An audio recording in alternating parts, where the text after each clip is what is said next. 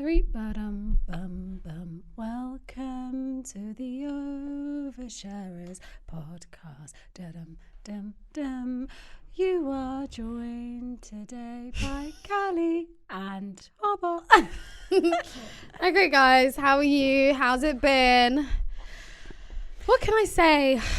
We haven't recorded for a week. Yeah, it's been a week of it's been a mess. I'm not gonna lie, you guys are probably concerned as to why you haven't seen the YouTube videos, why the podcast episodes have been all over the place, and quite frankly, Hother and I are fed up. I'm just fed up with my work-life balance at the moment. I agree. I agree. I feel like work has stepped up recently, and before work and life were like here. There's a good balance. It was 50-50. But there's just a lot going on in my life at the moment. Maybe I'll tell you guys one day. You're going to tell them on the Patreon. God, you better subscribe to the Patreon. Coming soon. No, basically we took a week off because obviously we just felt like it would be really awkward of us to just be laughing, hee, happy, telling stories. While people are dying. And being bombed left, right and centre. We felt really just overly depressed about what's happening. And you know what's really sad? And I think it's kind of shown me like a sense of gratitude, because I'm like more grateful to Allah now, because I'm like, we live, most of us, even you watching here, live such comfortable lives. We have a roof over our heads, we have food, no one's bumming us, our kids go to sleep at night. But it's so mad that we have the comfort of being able to watch these, horrible things happening from our TVs, like from our sofas. And I'm just, alhamdulillah, with our full fridges. Exactly. But also it's given me a sense of like, alhamdulillah to Allah for giving us the life that we have.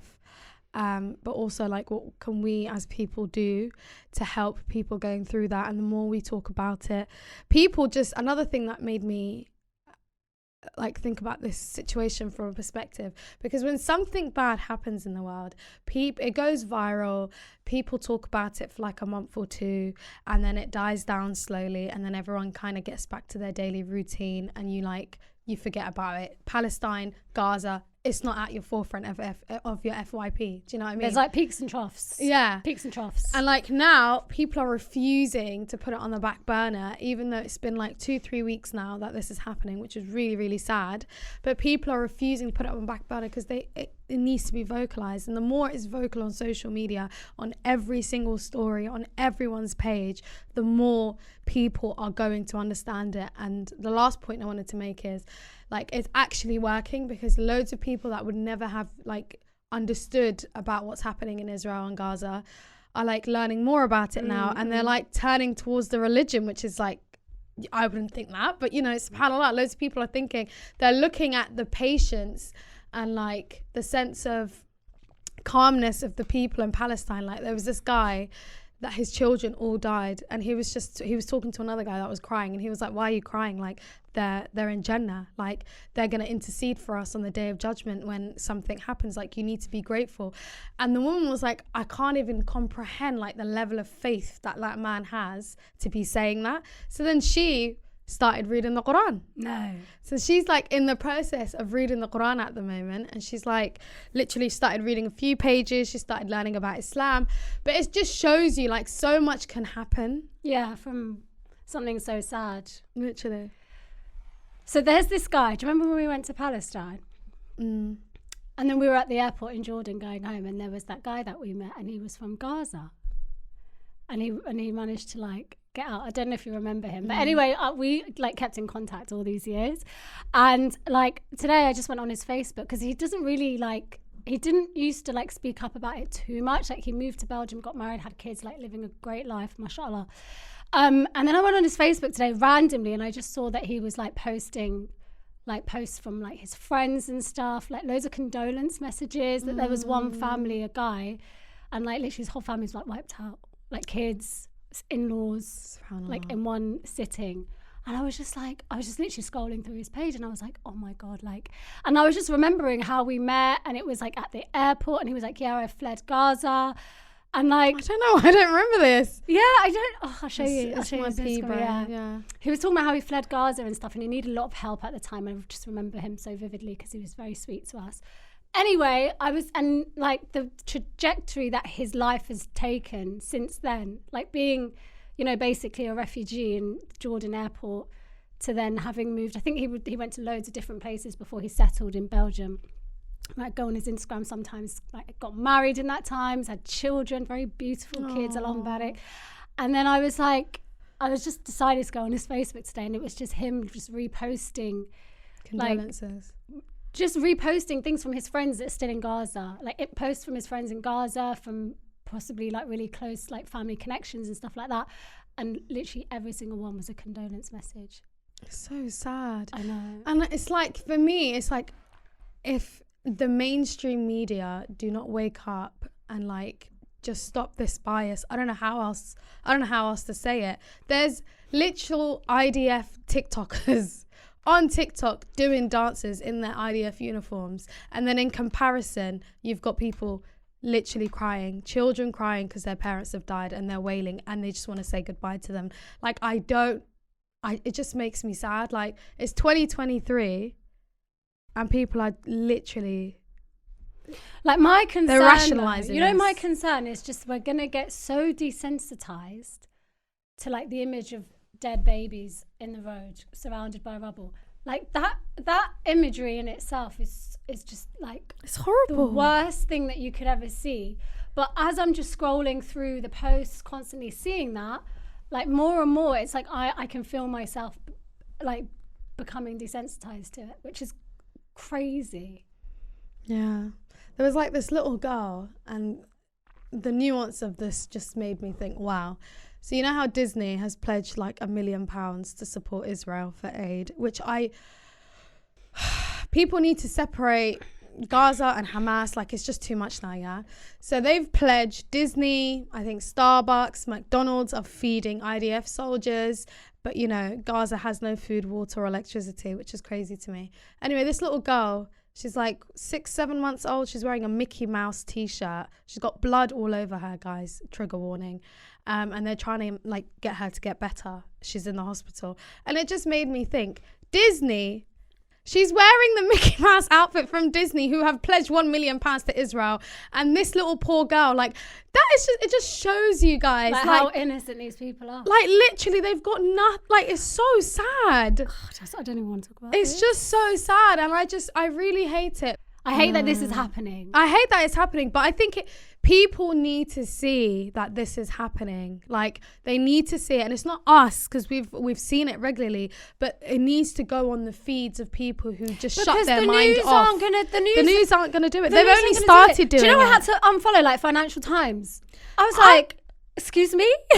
Why are you feeding me fake news? And it's also like the language they use, like died and killed. And like the other day, Sky News, I think her name is Kate Burley or something, she changed the words of the British ambassador to Palestine, and I forgot what the actual quote was, but she had to do a public apology. And it wasn't her that publicly apologized for, you know, lying about the words that he said, essentially. It was Sky News. But I just thought that's such why is that even necessary? Why lie to begin with? Exactly. Just say what he said. No, I just think the reason why in this instance, because we've seen Gaza being bombed for how long? Like, every Ramadan, there's calamity. They've been in occupation for 70 for so long. We've just seen this constantly. So my concern now is like, when the media are reporting about it, it's just like so divisive and so dangerous. Like, what they're saying is like very much, I don't know what are the little sinister things that are happening in the background. I don't understand what's going on. But it's like, I can't believe that this is what people are seeing, like regular people in flipping, do you know what I mean? Like Wales and in the villages in the UK. But like, people are waking up. That is the other. I would say 50%. I would say most people are waking up, because when Israel bombed the hospital, and it's actually confirmed that they did, because Channel 4 did an investigation and so did Al Jazeera of what sort of missile was used, blah, blah, blah. But the BBC and like Western media don't want to acknowledge that, which is crazy. I was so shocked. Do you know how shocking it was to see first thing in the morning that the BBC are talking about how it potentially could have been a rocket fired by Hamas. And at the beginning of the night, when that actually happened, they said it was Israel, number one. They snitched on themselves. Literally with the tweet. It was just crazy. And then on top of that, and Al Jazeera and Channel 4 did that investigation. Loads of people saw it on TikTok. They're questioning what's happening. Then the British ambassador for Palestine made this really good point on the Piers Morgan show, Talk TV. By the way, Piers Morgan, genuinely, I feel like he's on the side of the Palestinians, but he's being a coward and he won't admit it because he keeps putting people on his show who actually who make really good points about what's happening that other shows don't do. Anyway, the ambassador for Palestine came on Talk TV with Piers Morgan and said to him, Israel does this thing where they do something, they deny it, it goes away, and then months later they admit it. And he was like, this is what's going to happen with this situation. And then Piers Morgan was like, no, that's not going to happen. So they did the investigation, Channel 4 and Al Jazeera, 2 different entities, and they both came up with the same fact that it was Israel, allegedly.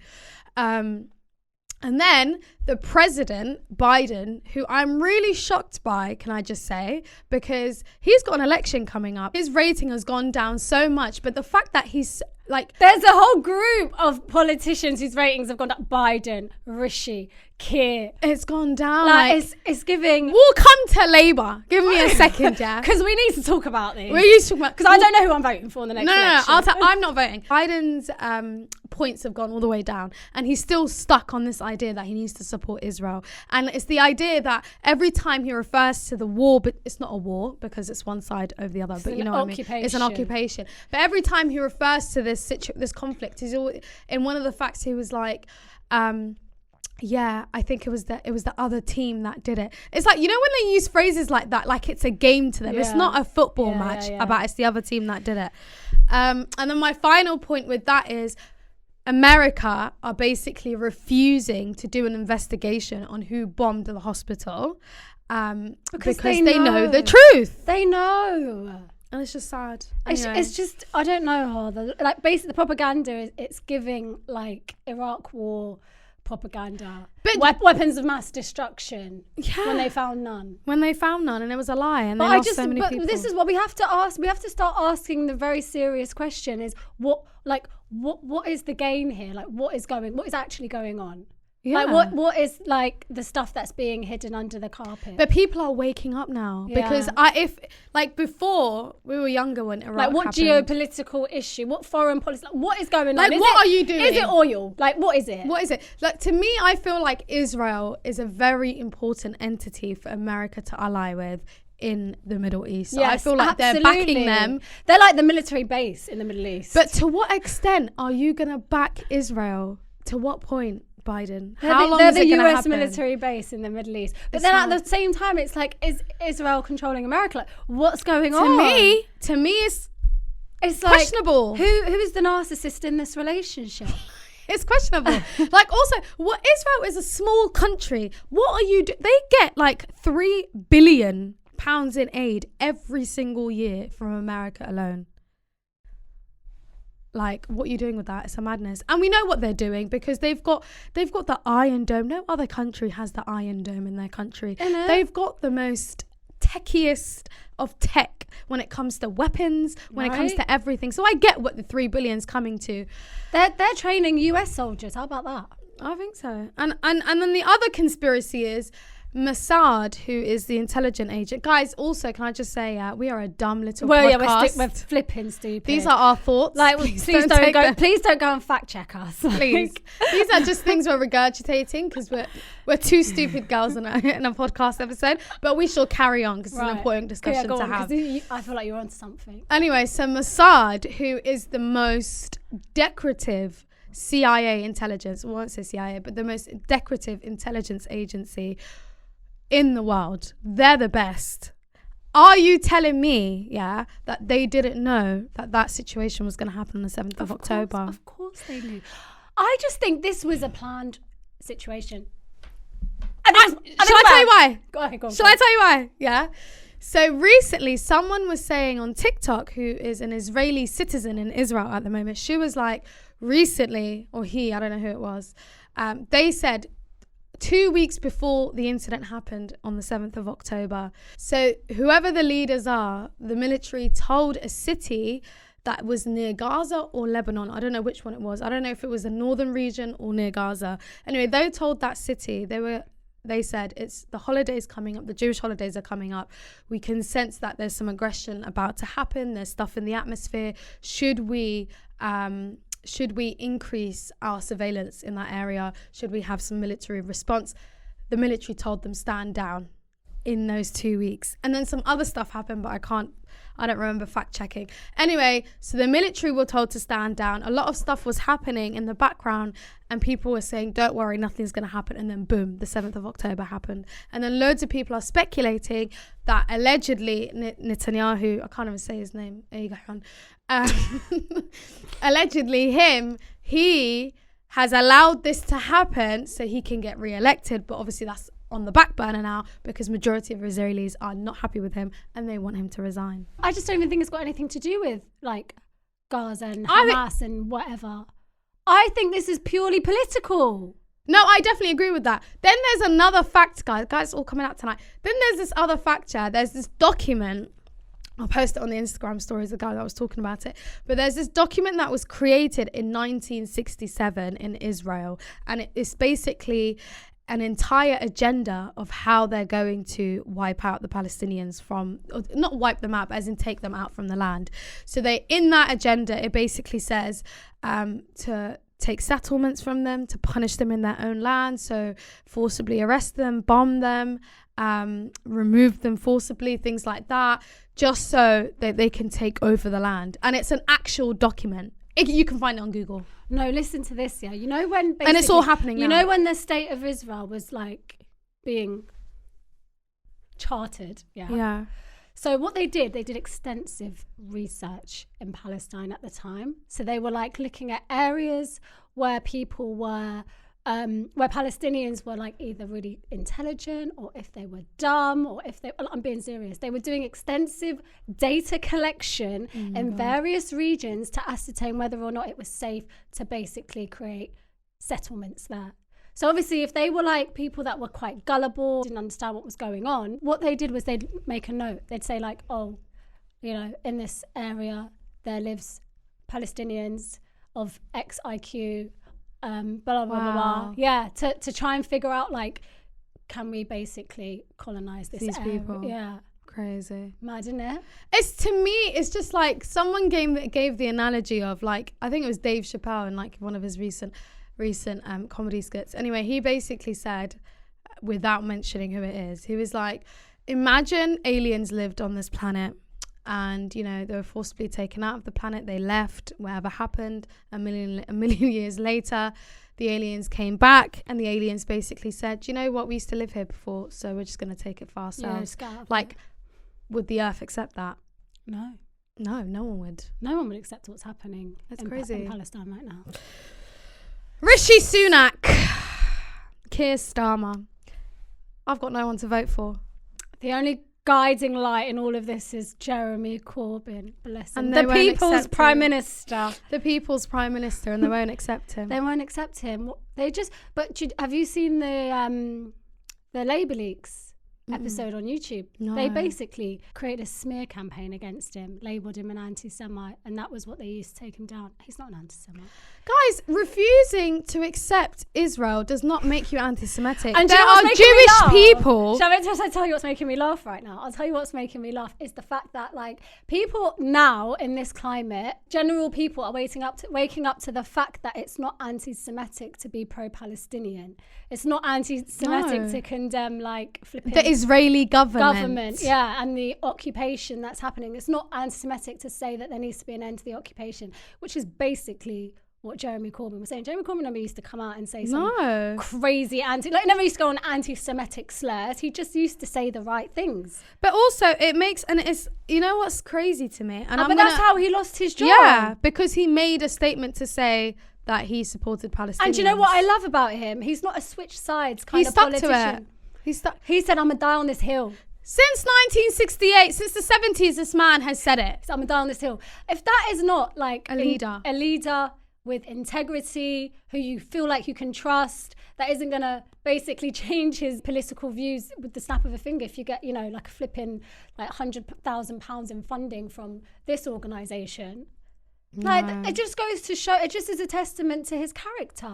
And I think that's he should have been elected in 2019. He should have. He should have. But the other thing that makes me really sad, especially in the country that we live in, is recently there was a protest in London. I think it was last weekend. And there was one on Saturday. Yeah, this Saturday, I think. Yeah, the big one. The big one. Yeah. And there was a train driver that basically said free, and then the people in the train were like Palestine. Yeah, so now the transport police are basically investigating whether that was a hate crime. How is saying from the river to the sea, Palestine will be free? That is not a chance. Suella Braverman opened a fat gob and is trying to criminalise it. But that's what I don't understand. Suella, do you know how hard we work for these passports? Yeah, I've got naturalisation documents at home. Don't even try it. My mum walked through heavy snow to take that English test. We went to that Home Office every week in the 90s. You're not taking nothing from me. Anyway, she can't take anything away from us. My point, actually, she can, but you know what I mean. It doesn't matter. No, we're going to get Shamima Beg. No.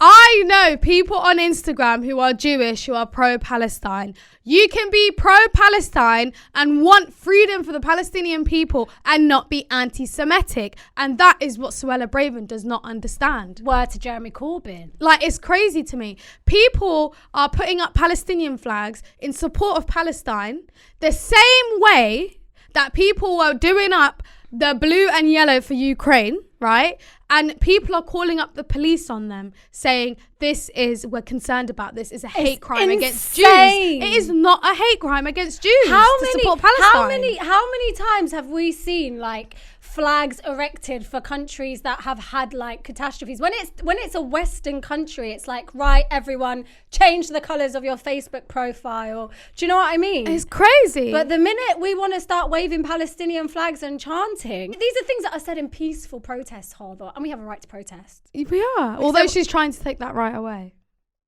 And so is the police. Honestly, you can't reason with these people. Wallahi, can't reason with these people because at the heart of it is a hate for Muslims.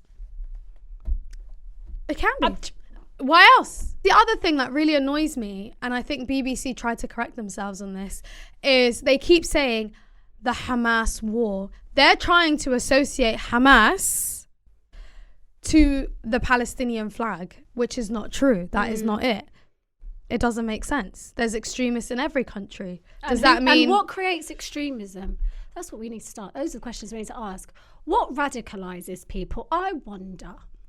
It's a questionable thing. Especially in Palestine. Why would people... If someone has been bombed, if someone's lost every single member of their family... Now, when people say member of their family, you guys don't... They've lost their mum, their dad, their brothers, their sisters, their uncles, their children, their grandma. Someone's got literally no one, and he's a 15-year-old boy. All of that torment. What do you think he's going to do? He's not allowed to be angry. It doesn't make sense. He's not allowed to act out. Honestly. Because what happens as soon as they start acting out is they get put into this group of he's a terrorist, he's a militant. They start forming, they start organising. Of course, like, guys, they're being occupied. What they have met. They literally, the way you can go to the shop and get they're literally organising to free themselves. To be free. It's just so sad, wallahi. It's so sad. Like, people can't even step out of Gaza. My man can't book a flight and go to Jordan, do you know what I mean? Or go to the Maldives. He's stuck in a square foot the size of Glasgow. Like, let's be real. It's a joke. Like, it's an actual joke. I'm so sorry. Whereas people in Israel, I'm so sorry. Because we've seen the snaps, we've seen the geotags. We've seen you're sitting on the beach. You're on the beach, you're sunning yourself. Like, listen, we have to actually make it make sense at this point. Like I don't get it. But you know what makes me sad is all these political leaders all going out there saying, oh yeah, we stand with Israel. But what is actually happening in Israel? Israel's, a peaceful country. Go to Gaza. I want political leaders to go to Gaza. And you know what? It's sad if people die either way. It's horrible. You don't want no one to die. But like, my point is, all I'm seeing right now is Israeli people doing up comedy Have you seen that video of that girl? Yeah. That's like acting like she's in Palestine, trying to do a get ready with me, taking the absolute piss. Like, it makes me think if Nazi, like Germany, had social media, that's how people would act. Like, and she like powdered stuff on herself to make it look like the house got bombed. Like, you're making me sick. I'm so sorry. Like, I can't have sympathy when you're acting like that. But people are literally dying. Now, I think people need to, like, because they've become so desensitized, like you said, you need to spell it out to them. Like, do you know what death means? Children are they're sleeping at night and then a bomb goes off, trigger warning, and their body parts everywhere. That's what it means. And it's like, no one's getting a warning. No one's getting nothing. Like, Gaza is getting bombed left, right, and center. They've got nowhere to go. They can't hide in hospitals. They can't hide in mosques. They can't hide in churches. Even the churches got done. The oldest church in Gaza got bombed. Like, it's not just a Muslim thing. They don't care about anyone. They want people out. And that's not fair. I'm so sorry. It just makes me sad. I just want to cry, wallahi. One thing that politicians keep saying, one thing that like world leaders around the world keep saying is like, we need to go back to, we need to establish a 2-state solution based on the 1967 borders. Like, that's what they keep saying. But it's like Israel haven't stuck to any peace treaty ever. They've always violated. So what makes you think today, if there's a ceasefire and you establish a 2-state solution based on the 1967 borders, that they're not just going to go in there and take, because the whole ideology is the whole land belongs to them. Like, that's what Zionism is. We need to get these people out or kill them. Like, and the other thing for me is, cool, let's say Hamas is in Gaza, which they are, right? Why are Palestinians getting killed in the West Bank? Why are they getting bombed? Why is a little 3-year-old boy getting kidnapped so his dad can be ransomed? In Ramallah, in flipping, do you know what I mean? In Hebron, why is that happening? It's not just happening in Gaza. Like, why is that happening to the Palestinian West Bank then? It don't make sense. It's like the Christian Palestinians or the Muslim Palestinians. It's happening everywhere. Everyone. It just shows you they don't want them. And my last point is going to be to David Lammy, right? Honestly, he's really angered me because he made a vibrant point to say Israel has a right to defend itself. When they asked him about water, food and electricity being taken away, if that's collective punishment, he said Israel has a right to defend itself several times. It's like robotic, isn't right? it? Guess what? It's like AI. It's AI because it's a script. Yeah. They get given a script. This is how you act for PR, basically. Last week, LBC, he comes out and says, I wish I could play it, guys. Wait, guys. I hope you lot can hear this. Information and disinformation online. I mean, being online is such a sort of awful place to be at the moment. It's like a cesspit. It's a cesspit. And you can see it just happening in real time. The videos, the footage, the edits of what politicians are saying, the deliberate kind of dehumanizing of people. It's quite unbelievable. The other thing, David, are you dumb or are you blind? That was him last week dehumanizing Palestinians. I heard that he's got these aspirations of becoming a foreign minister in the next election. So that's why he's being a little puppet. They're all backpedaling. Yeah. Literally last week. But I think he's going to get unseated in Tottenham. I'm so sorry. I'm sorry, no one's... How can you take this man seriously? I was so shocked when I saw that. He was like, when the media, the edits are dehumanizing people. It was you dehumanizing people. Isn't it really sad that people are basically like willing to just compromise their own morals and values just for some like worldly gain, just to be in a position, just to have, aspirations of being a foreign minister? Like, to me, it just shows me how incapable you are of being a foreign minister. It just this entire government has just shown me they don't give a. I'm so sorry. They don't give a, and it's just sad. So when we flying out? Flying out where? When are we leaving? Wallahi, Doha. Because Suella's coming for us. I'm just saying, guys. Suella's coming. My 5-year plan ain't here. Because I can't. Who am I going to vote for? I can't even vote for Labour anymore. Wallahi. Who are we going to vote for? The Green Party. I was thinking the Green Party, but then I heard their leaders say the other day that they don't condone halal meat. Oh, for God's sake. I was like, what the hell? I wish we could do a poll on like people's voting intentions in the next general election. It's hopeless. In London. Hopeless. Hopeless. What are we going to do? What are we actually going to do? Does Lib Dem still exist? Yeah, because I ain't had a peep out of them. I know. But Keir Starmer, he took it out. Isn't he like a human rights barrister or something? He is. He was in charge of Doesn't he know about international law? He does. And he couldn't answer great detail. And he couldn't answer the question. All I heard was Israel's got a right to defend itself. It's AI. It's not even Keir Starmer talking at this point. It's just sad, wallahi. And like, it's giving deep fakes all over the internet. It's like an episode of Black Mirror. Wallahi, that's what I feel like. And I need it.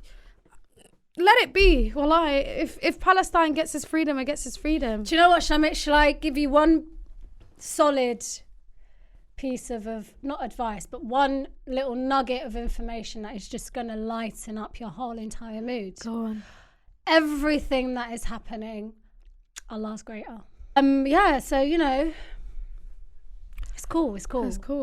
it's cool. We're going to see the Palestinians in Jannah, inshallah. If we get in. Ilayo, please let us get to Oh Jannah. my God, the idea of me not getting into Jannah makes me really sad. I know, me too. Please ask about me if you're there and I'm not. Please ask about me. No, I'm being serious. No, I know you. You'll forget about me. No, you're going to get lost in this sauce. You're going to be 50 million years enjoying it. Like, you're going to be drinking water from the river and saying, wow, this is so nice. 50 years later, Badi Hasso Sanaysa. Do you remember Allah Hada? Where is she?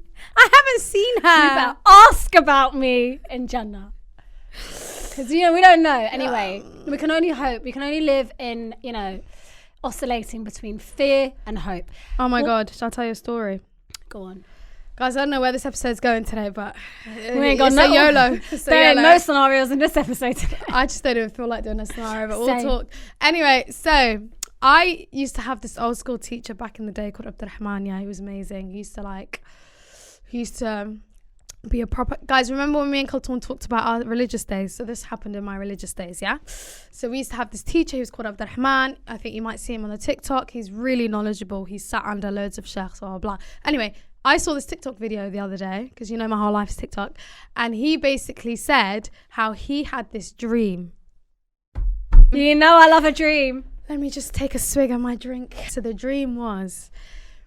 he dreamt of the Prophet. No, he didn't. What? No, he didn't. Why would he lie? I'm not saying he's lying, but do you know how good it is? Yeah, that's what... Do you know how sick it is if you dream of the Prophet? Anyway, let me finish the story. Blew my mind. It basically means that you've been chosen. You're a chosen one. Basically, but listen, the story gets better. So he said he was chilling with his kids, then they left, and he was like, he had a little nap. It was an afternoon siesta.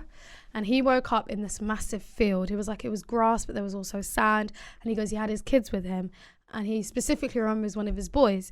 So he was like, there's loads of people. He was like, there's 2 lines. One line's going really fast. One line's going a bit slower. So he goes, let me get in. So he was like, I'm just paraphrasing, but you get it. He goes, anyway, in one of the lines that's going fast, he sees 2 shayukh. So I think it was Albani and another sheikh, but I forgot his name. So sad that I forgot his name. Anyway, Albani, he said, had a notebook and he was like writing in the notebook from this other sheikh. So I'm assuming the other sheikh was, I forgot his name. Anyway, guys, I'm going to post it on the Instagram story when this podcast comes out so you can watch it. Anyway, so imagine seeing a Sheikh Albani in your dream, like, wow. Anyway, so then he sees Sheikh Albani and their line is going fast. So then they get to the Prophet. He didn't describe how the Prophet looked. Why? I know, that's what I was waiting for.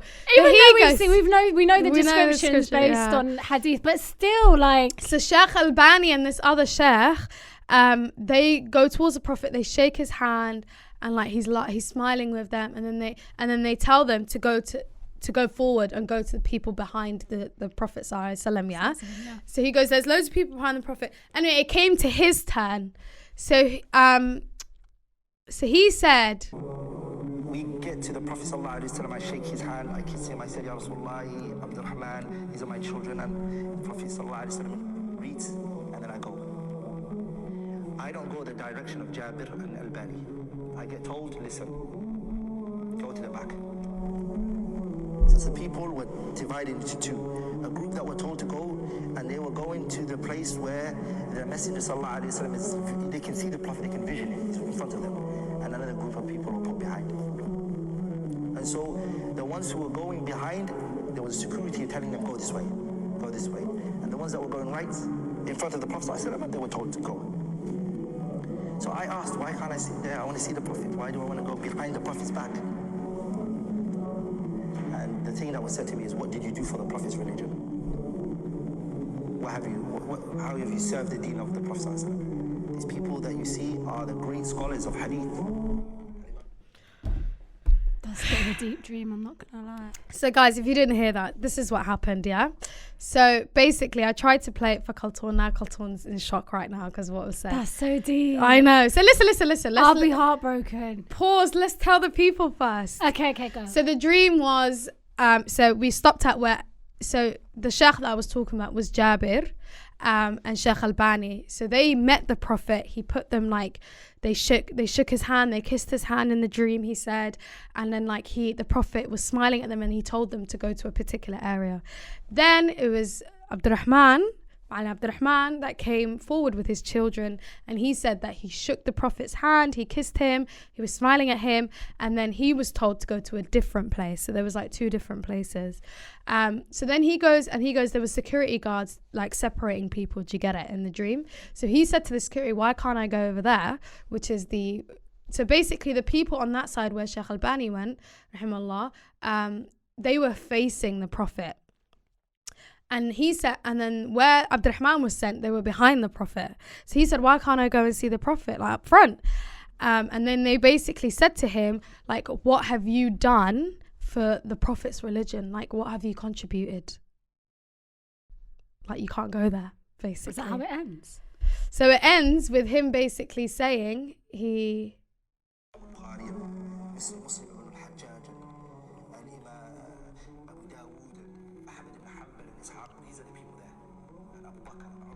No, there's like, that's the Champions League. To this religion, and they work hard on it. And you, mashallah, good Muslim, at least you got to see the Prophet go behind now. We got relegated. So my son, when we went into the behind the Prophet sallallahu alaihi wasallam and we sat down, my son said, Dad, I want to go and see the Prophet. I want to vision him. I want to see him. Why can't we go? Why can't we go where everyone else went? And I said to him, Dad, it's based on actions today. It's not about anything else. We didn't get it. isn't that sad? That's really sad. And it just, so basically, guys, if you didn't hear that, what we basically listened to is him telling the story. So he basically said to the son, so his son said, Dad, why can't we go sit in front of the Prophet? And he was like, bear in mind, the area where the Prophet is has got big players. It's got big boy people. Yeah, it's the Champions League. It's got, it's just got mad. An all-star lineup. An all-star lineup of people who actually dedicated their life to Islam. Yeah. Okay. You can see Abu Bakr, you can see loads of people, rahimahullah, right? Anyway, so the son goes to Abdurrahman and says to him, Dad, why can't we go there? And then Abdurrahman's like, listen, this is based on action and we just didn't get it today because we're just not performing on that level, the level they're on. Now, bear in mind, obviously Abdurrahman's a human being. Can I ask you a question though? You know, the Prophet ﷺ, didn't he say that out of all his ummahs, like, this one's going to be an exceptionally tough one to practice your deen in? Like, so surely, come on, like, Abdurrahman. I mean, he got to meet the Prophet. Do you think we'd ever meet the Prophet? Inshallah. Please, but I'm just saying, based on action and merit, I don't think so. I know, I understand, but I'm just saying, yeah, look, given, okay, you know what, I'm not going to lie, these people probably face loads of hardship as well. But also, like, isn't the last ummah, like, the most favorited ummah? The last ummah is my favorited ummah. Because they get tested. And we get tested bare. Like, guys, the test is everywhere. And you know, when I listen to this, I really want you guys to listen to it. So I'm going to post it the day of the podcast so you guys know what we're talking about. Do you know what? I'm going to make a specific dua that Abdurrahman gets to meet the Prophet sallallahu alaihi wasallam. Again, innit? Like, but like, he's already amazing. But do you know what? Should I tell you why, yeah? Shall I tell you why this is good? He saw it in a dream. Who gets to see the Prophet in a dream? He saw the Prophet sallallahu alaihi wasallam in a dream. He shook his hand. He kissed him, yeah. But the dream is basically like, sometimes the dream is telling him something. Yeah. So he's obviously going to go back and say, right, I need to do more. It's going to motivate him to do more. Yeah. And then when push comes to actual shove, you know, he might actually be in the Champions League. But in comparison, he's a person. Now, he's an ordinary human being. I'm not trying to make it. Excuse me, guys. I just burped. But he's an exceptional human being. He's an ordinary human being. He's taught us a lot. He's very well versed. Very knowledgeable. Like, his entire childhood, like back in the day when he used to teach us, his entire childhood, from the years that is that yours? I don't know. From the years that we used to be, his teenage years was sat under, like, going Cairo, Yemen, Saudi, sitting under shuyukh. Like, his whole life has been based on teaching knowledge, and like, that's him, bruv. And in my mind, I thought, imagine little old us struggling with their salah, which is already like another level. May Allah make it easy for us, yeah?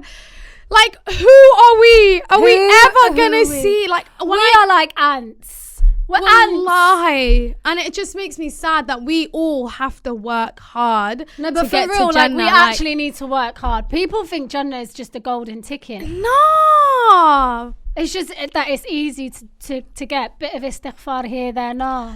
No, but guys, like, people are out here devoting their whole life to Islam, to the deen, and they're not even...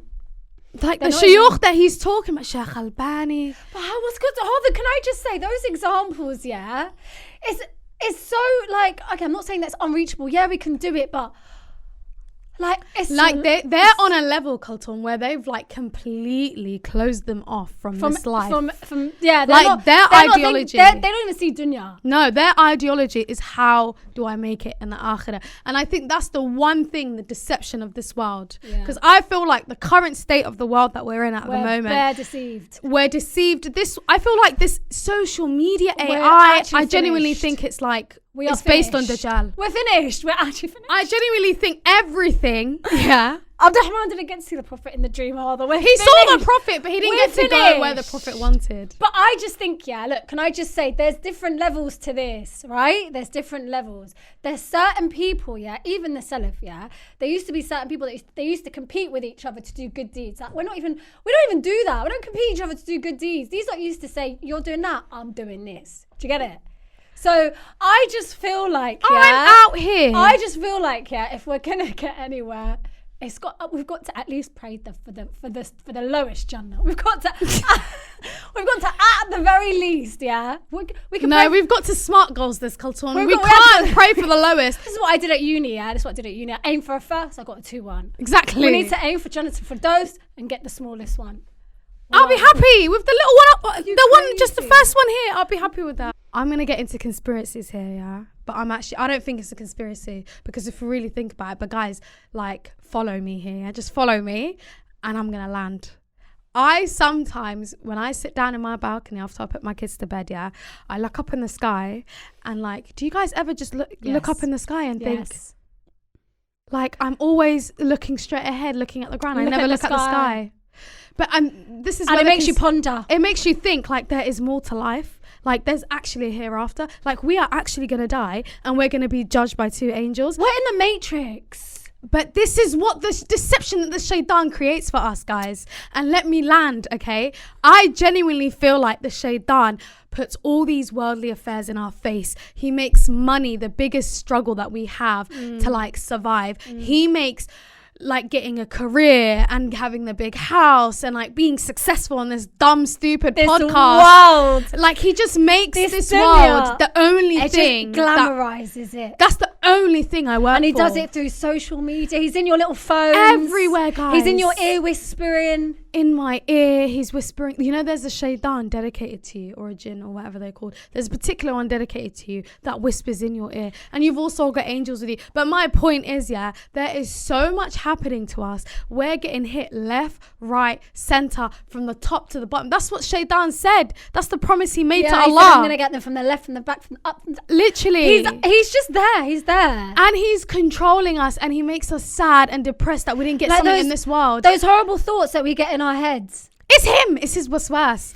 But my point to you guys is, like, once in a while we wake up from the matrix and we're like, no, like, there's a life after here. Like, this is just 80 years. Yeah. It's literally and then 80. that's it. Like, the hereafter is forever. So if you're stuck in hell and you don't bust case, you're stuck. You better ask about me. You better ask about me, guys. You better flip and ask about Nah, me. forget you. I'm asking my asking your mum. listeners. I'm asking my listeners. Ask about us. Guys, if you don't see me and Harder in Jannah, please ask about us. Guys, wallahi, we hope we made you laugh. We hope we reminded you of Allah. Like, I know this podcast is a joke. It's a joke sometimes, and we just talk about stupid shit. No, but this is actually serious. Like, wallahi al-azim, I'm being Please serious. ask about us, guys. If you don't see, do you know what? I'm going to make a promise, yeah? Every single person that listens to us, I'm going to ask about you guys. You don't even know them. I'm going to say the podcast audience. Yeah? I'm going to ask about you. I'm going to say the podcast audience. I'm going to generalize it and just say, where's my podcast audience? Please ask about me and Arthur. But also, it's about what we do, and it's about us waking up and working towards it. And it's also about the sort of stuff that we put out on this podcast as well, because do you know what? We're going to get asked about that. Oh my God, we are. Wallahi, we are. Guys, should we change up this podcast? Because I actually want it to be halal. I'm over it now. Do not send me any stories about your evil husbands. I'm actually upset now. I think we need to look at the right direction of this podcast. I think we need to have a strategic plan. Guys, let's have a plan together. What do you guys want to see on this podcast? Because you know what? Me and Harder, we want to go Jannah. I want to go Jannah. I don't want to be told I'm backbiting. But anyway, the other thing I wanted to say is, guys, I don't want to cause you guys anxiety. Obviously, this... And we're not trying to create fitna in people's homes. No. Because, you know, sometimes, yeah, I feel like someone could easily listen to one of our scenarios and start looking at their husband sideways. That's true. Do you know what I mean? And we caused that. No, we didn't cause that. Maybe. Don't be trying to use me in the day of judgment saying it's my fault and I should go to hell for you. No, so we need, do you know what? We're going to have... No, we're overthinking this. Well, no, we're not. We're not overthinking this. We're really bad. Subhanallah. Okay, guys, you know what? We're going to make a plan with you. We're bringing out our Patreon at the end of the month. It's not a surprise now. I'll get over it. So you're going to see it at the end of the month. But also, we're going to create a Discord. And that's where you guys can chat to us like iMessage, like WhatsApp. Do you get it? So we can all talk. Give us tips to make the podcast. So we're all going to talk halal. We're going to talk about how we're going to revive Oversharers and make it halal. We're going to make, honestly, the new vision, the new goal for Oversharers. The question that we're going to be asking is, how can we make the Oversharers halal? Amen. Amen to that. Also, I don't want you guys to leave this episode feeling anxious and feeling like you're a shit person and Allah doesn't love you, because Allah is merciful. He's merciful. Always remember to think good of your Lord, because that's, you know what I mean? Like, the more he tests you is the more he loves you. Yeah, he just think wants good you of to your bust Lord. case. That's how he's going to think of you. Yeah, so like, I don't want you guys to think and be nervous that like we've put anxiety in you. It's true. I don't think a lot of us are doing what we need to do. I think we need to reflect, including me, number one, first. But I also think like, just go easy on yourself. Be patient. There's this girl on TikTok, lol. It's my whole thing. I think we should have a t-shirt that says there's this girl on TikTok. Anyway, she's like she does simple things, and like, she does these really cute ways to keep herself steadfast. And if you pray your prayers and you do your dhikr and you remind yourself a lot, like, what can go wrong? You just need to keep doing those continuous acts of worship, because you know what? That's all we can do, isn't it? You know what? We need to do an episode of how to make the 5 daily prayers easy. Should I make you laugh? Do you know how easy it is for married women to go Jannah? Go on, tell us. So there's a hadith from Prophet Sallallahu Alaihi Wasallam. Oh my God. Okay, so listen to this, yeah? This is how easy it is for a woman to go Jannah. Married women, listen up. Yeah, so Abu Hurairah reported that the Messenger of Allah Sallallahu Alaihi Wasallam said, for a woman to go to Jannah from any gate she wishes, she has to pray her prayers fast her Ramadan, guard her chastity, and obey her husband. Now, which one do you think the girlies struggle with? Obey her husband.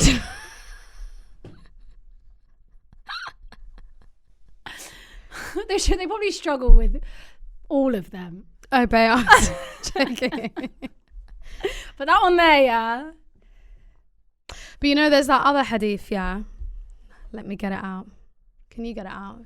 My phone, internet's not working. The one where the Prophet said that the people in hellfire at the most are women, and the reason why is because they're backbiters.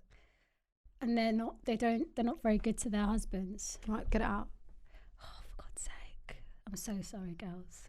Pause. But you know what? We're not going to be ignorant on this matter. It's better that we know. If we're going to talk about hadith, we've got to get the hadith out. Okay, so the hadith in question is about women in hell. Oh, for God's sake. Are you ready for this one? Oh, no. The Prophet ﷺ said, I was shown hell. I saw that most of the inhabitants were ungrateful women. The Prophet was asked, were they ungrateful to Allah? And he replied, they were ungrateful to their husbands and for the favours and the good done to them. If you show benevolence to one of them and then she sees something in you not to her liking, she will say, I have never seen good in you. Now tell me, that is how so many easy to times do, do people say that just in passing arguments? especially when you've got the ick and he does something nice for you and you're like, oh, like that's rude. That's actually really horrible. I've never seen good in you. I've never seen. But I any think good it's in so you. easy to fall into that. There's the other. That's not the one that I was talking about though. The hadith that I was talking about is the women that backbite. So these women would habitually. So the woman in question, the ungrateful, would habitually curse, swear, and backbite. Oh my God, we need to stop swearing.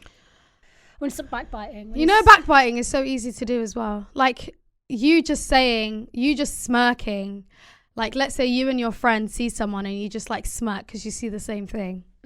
Like that's actually backbiting. Because it's all about the intention. Acts are by intention. If you're smirking at each other because like of you're taking what the you've piss out of seen, something, or anyone.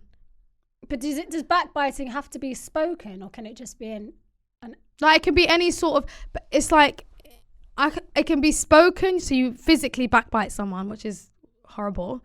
But it's also like snarky things that you do. Like imagine you and me see something funny, like someone funny comes on the bus, and we both look at each other and we start going, like that's backbiting. Anyway, listen to me very carefully, yeah? Because this is really important, I'm not going to lie. Women are going to hell for being ungrateful and not being nice to their husbands. I think that's a massive sign for the direction that the oversharers needs to take in terms of halalifying. Another thing is they're cursing, they're swearing, they're backbiting. I swear so much, guys. Yeah, but you know what? If they do less of that, less of the ungratefulness, less of the cursing, the swearing, the backbiting, and more of the 5 things that the Prophet ﷺ mentioned that will get them into Jannah through any gate they wish, they'll be all right. Just like, I would just stick to the positive one, do the positive one in great deal. And if you fall short, keep going with the positive one and seek forgiveness for the crap that you do. Yeah. Innit? Because what else? What else can we do? What else can we do? Because everyone's always going to fall into this shit. We've got shaitan in our ears. Left, right, centre, putting horrible thoughts. Like, I swear to God, Harder, the worst thoughts that have ever come into my mind about an individual have come. Like, yeah. But it's like one small thing, and then it escalates, and then it gets bigger, and then the thought just, do you know what I mean, starts taking all these little nasty turns. I'm not gonna lie, guys. When I'm not connected to Allah, and I'm not gonna expose my sins, but I'm gonna say, when I'm not connected to Allah and I'm going through crazy stuff and my life is not going the direction that I want it to go, and I'm constantly angry, worried, depressed, stressed, overeating, the only thing that can take that away is if I'm connected to Allah by praying, being steadfast in my faith, and knowing that if Allah wishes something for me, it will happen. And I'm, an understanding divine degree and accepting, because that's one of the pillars of Iman. That's something that a lot of people struggle with, like the journey your life's going. You're constantly stressed about the journey of your life when Allah's already written it for you, and you've just got to accept it. Do you know what I mean? You've got to accept that your life has been written way before you were born, way before the existence of you. Allah knows everything that you're going to do in this life. The only thing that is going to F you up is if you just keep listening to Shaitan. And also another thing is like, you can't be weak when it comes to this stuff. You have to literally be strong. You have to say F off to your desires. Self-control. Wow. Like, it's so hard, but it's so needed, because you need self-control for so many things, and the control of your nafs, your soul, is the hardest thing possible, but it needs to happen. Do you not feel like it was easier though when you were younger? I do. Why But like, is that? because the realities of adulthood have now hit me. Like, adulting is the worst thing that's ever happened to humans. Adulting is a fitna. It's a lie. It's capitalist, orchestrated lie. We're cogs in the system. We are, and it's just created this cycle where I feel like my life is constantly in despair. But I'm shunning away from the things that are like gonna help me. Like, I know praying, being steadfast, like controlling my nafs, that's all gonna like direct me into having a better life here and the hereafter, but actually here as well. Yeah. But then like Shaitan gets into your head and he makes you feel like this is your only situation, like you're a victim, you're depressed, like you have to do these 10 million things to get yourself out, but that's not the case. But do you know what it is? It's all about perception at the end of the day. It's all about how you perceive the things that are being whispered to you. Do you not think? Because you know, sometimes, you might have a situation where, for example, you'll start thinking these horrible thoughts, but then there's people out there who don't even have deen. Like, bear in mind, there's people out there who don't have deen that are able to like see the good in these horrible thoughts. Do you know what I mean? Yeah. Are able to have like a growth mindset. Yeah. I just think if you start training your brain to be positive, to be positive in the face of the whispers, in the face of the thing that you're trying to control yourself from doing, in the face of Shaitan. If you just look at it as though it's, you've just got to have a positive perception about it, because that's going to change your whole mindset, and it's going to make you remember Allah even more. But it's attaching that positivity to Allah. Like, Allah will make my life better. But the positivity always comes from Allah. Yeah, that's how I see it. If it's something negative, it came from Shaitan. Sometimes me, because I'm a bad person as well. Yeah, true. But I think it's your nafs. Yeah, I'm just being punished. It's all right, though. It's all right. It's all right. And also, the more you're punished on this earth, the more it expiates your sins. Yeah. So and Allah, less sins to Allah judge. tests the ones that He loves, right? Exactly. Oh my God, we need to bust case hard. Honestly, guys, the test is so big. Wallahi, left, right, centre. And we're all in it, and we all just have to push forth. And like, because this life, you might not even get to 80, my G. You might get to 50 you years might not only. See tomorrow. Like, literally. And it just scares me that we're not doing what we need to do. So let's all remind ourselves, how can we end on a positive note? Because I feel like this episode's been very up and down, up and peaks down. And troughs, peaks and troughs. Peaks and troughs. Positive note, I just think people need to go easy on themselves. One thing that we've discovered from just seeing scenarios that people have sent us is people are just generally living the same lives. Humans are predictable. The behaviors are predictable. And like, don't see your situation as like an exception. Do you know what I mean? Everyone is going through shit. And it's just all about how you navigate it, how you perceive it, what you do in the face of that, like. And always bring it back. Stuff. Yeah, and bringing it back to the remembrance of Allah. So the point I was going to make to end it off with is, like, you know that hadith that says, like, when it comes to the end of time, like, holding on to your religion's like holding on to a piece of hot coal. That's how I feel at the moment. I feel like that kind of relates to people's concept of time, right?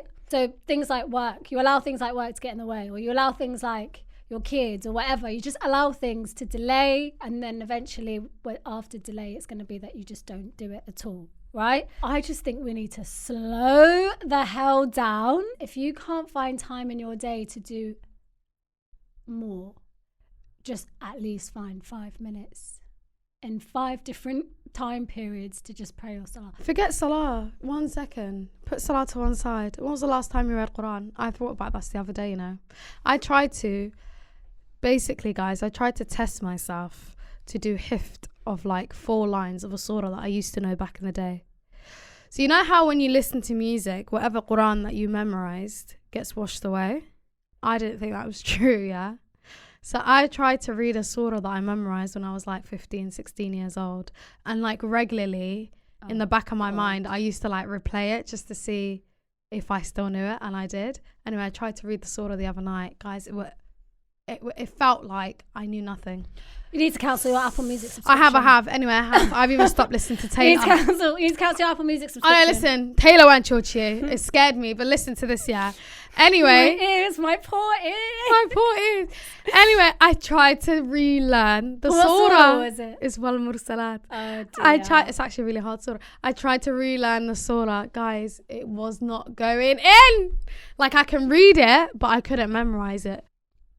I think we need to end off with a hadith qudsi. Just bring up a hadith qudsi. That's what I said. You wouldn't leave. No, bring My up internet's not working. Bring up the hadith where Allah comes running to you when you take a step. Please bring that one up. It's making me depressed. It's the truth. We should be depressed. We're so sad. We're actually in the Matrix. We're in the flipping Matrix. And we're failing. So this is the 40 hadith qudsi, right?